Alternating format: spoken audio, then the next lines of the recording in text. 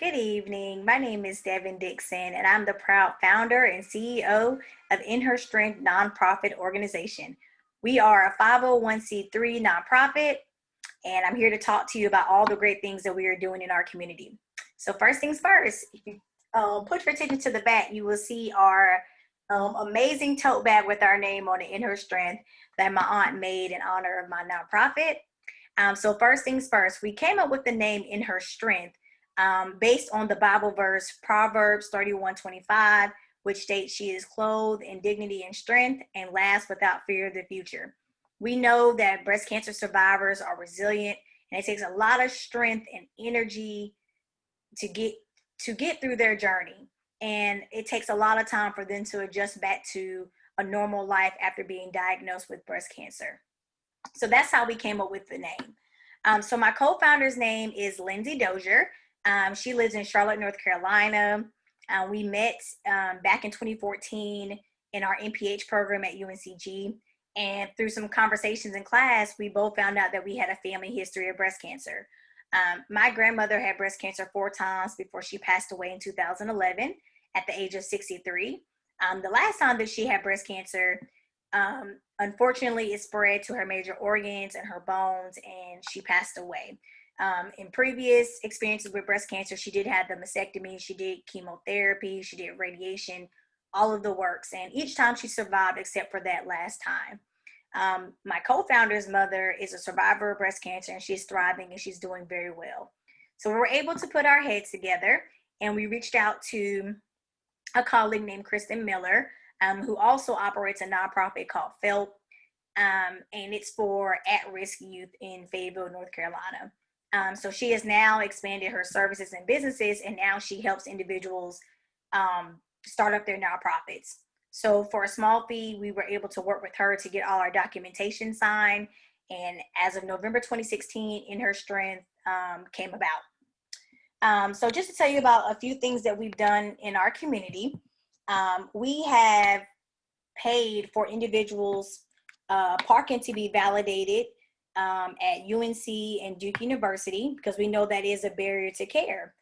That's the last thing that anybody experiencing breast cancer should be dealing with, whether or not they're going to be able to afford parking because they're at the hospital all day long. And those parking costs are pretty costly. They're pretty high. So we pay for them to park for the week. We've also given gas gift cards so they can get back and forth to their appointments. We've given grocery gift cards so that people could have enough groceries for 1 to 2 weeks. We've also donated to GoFundMe accounts for individuals who need money for medical services.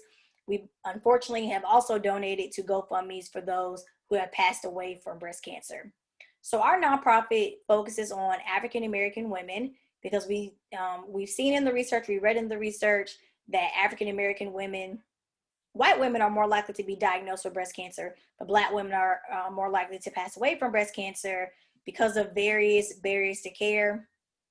And by the time that we are diagnosed, it's at a later stage. So our particular organization, our age group focuses on 18 to 35.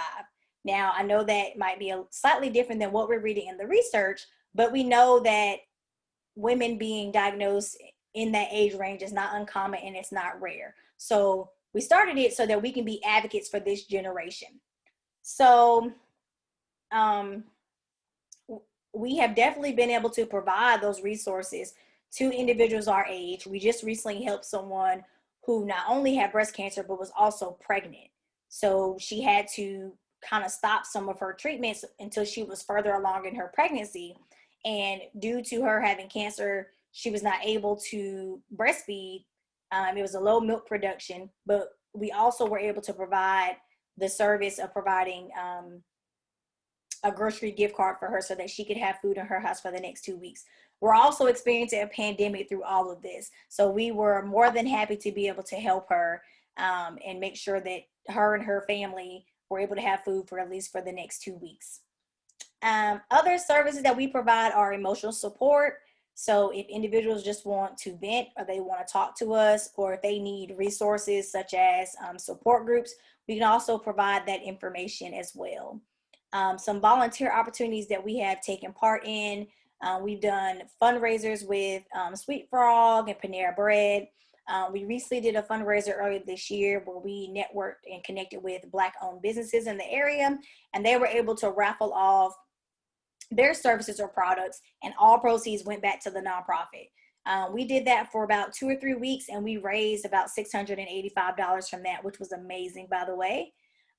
We've also are on our second year for our Cozy for the Cure drive, which is focused on providing blankets, scarves, head wraps, and pork pillows to individuals who are dealing with breast cancer. So we donated all of those supplies to the Duke University Medical Center to individuals who are experiencing breast cancer. And I can't remember the exact numbers, but we were able to provide a lot of resources and materials. And these individuals are able to receive this for free.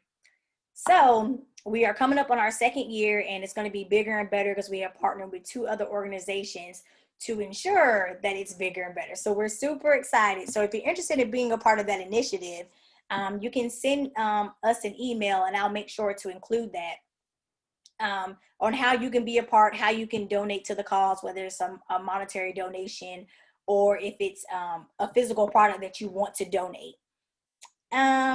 Trying to think what else I want to share about my organization. We've been around for 4 years, so we're still fairly new. Due to COVID, we haven't really been able to be out in the community as much as we normally would. So a lot of our initiatives have been online. Since we have done COVID, in addition to the Black-owned business fundraisers that we did in May, we also did a self-care weekend. So our self-care weekend started off with the first day was a talk about breast cancer in African-American women. And the young lady that we interviewed is actually 29. She's an NCCU alum, and she shared with us about her journey of having breast cancer. She did have a family history of breast cancer. Her great-grandmother actually had breast cancer and was diagnosed at the same age she was. So she talked with us about her journey and some of the resources that she was provided, and told us about the signs and symptoms of how she knew she had breast cancer. The second day, we did a self-care day. So we met with a Mary Kay specialist, and we did virtual facials and talked about different products for our skin. And the last day of that initiative, we did Zumba. So it was a 30-minute Zumba session to get the heart pumping, because we know that if we're exercising, it can decrease our risk of developing breast cancer. We also dedicated our entire month to fitness, where every Monday night on our Instagram Live, we had different workout instructors to work out with us. So we had a personal trainer.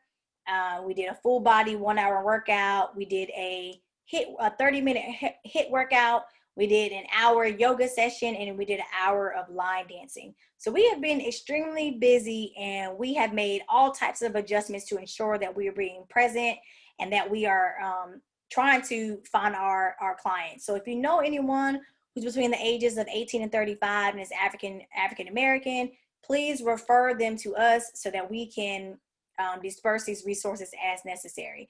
Now, if you know somebody that's outside of that age range, please still refer them, because we don't want to turn them away. If there's some type of financial resource or emotional resource that we can provide, we certainly don't want that to be another barrier to care. Ultimately, I started this nonprofit, in honor of my grandmother, but in my own experiences of having fibroadenomas, which is non-cancerous breast cysts, it's just even more of the reason why I had to be out here and making sure that I'm educating people that look like me. In addition to the tote bag, we also send out these cute little mirrors. So this is just a reminder for you to do your self-breast examinations. We also make sure to send out little tips and different facts on our Instagram, and making sure that we're really being present and intentional in our communities. If you guys have any follow-up questions about anything that I presented here in this video, please feel free to send us an email at inherstrength@gmail.com. So that's INH3R strength@gmail.com. You can also follow us on Facebook and Instagram at In Her Strength.